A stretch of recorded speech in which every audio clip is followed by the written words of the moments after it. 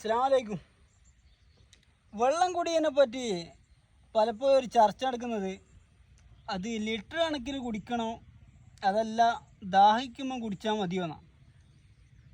എന്നെ സംബന്ധിച്ചിടത്തോളം ചർച്ചയല്ല. കാരണം ഖുർആനിൽ പറയുന്നുണ്ടല്ലോ, വക്കുലു വഷ്റബു വലാ തുസ്രിഫു, നിങ്ങൾ തിന്നുകയും കുടിക്കുകയൊക്കെ ചെയ്തോ, പക്ഷേ ഓവറാക്കരുത് എന്ന് പറയുന്നുണ്ട്.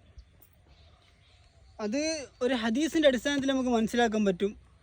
ശരീരത്തിനെ അല്ലെങ്കിൽ വയറിനെ മൂന്നിലൊരു ഭാഗം ആക്കണമെന്നാണ്. ഒന്ന് വെള്ളത്തിനുള്ളതാണ്, രണ്ടാമത്തത് ഭക്ഷണത്തിനുള്ളതാണ്, മൂന്നാമത്തത് കാലിയാക്കി ഇടുക എന്നുള്ളതാണ്.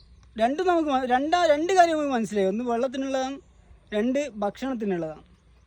പലപ്പോഴും മനസ്സിലാകാത്തൊരു കാര്യം കാലിയാക്കല.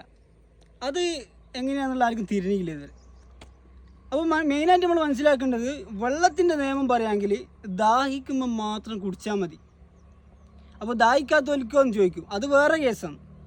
നോർമലി പറയുമ്പോൾ നമ്മൾ വെള്ളം അപ്പം കുടിക്കണം, അത് ദാഹിക്കുമ്പോൾ കുടിക്കുക. ഇപ്പം എനിക്ക് നല്ലൊരു ദാഹമുണ്ട്, അപ്പോൾ ഞാൻ കുറച്ച് വെള്ളം കുടിക്കട്ടെ.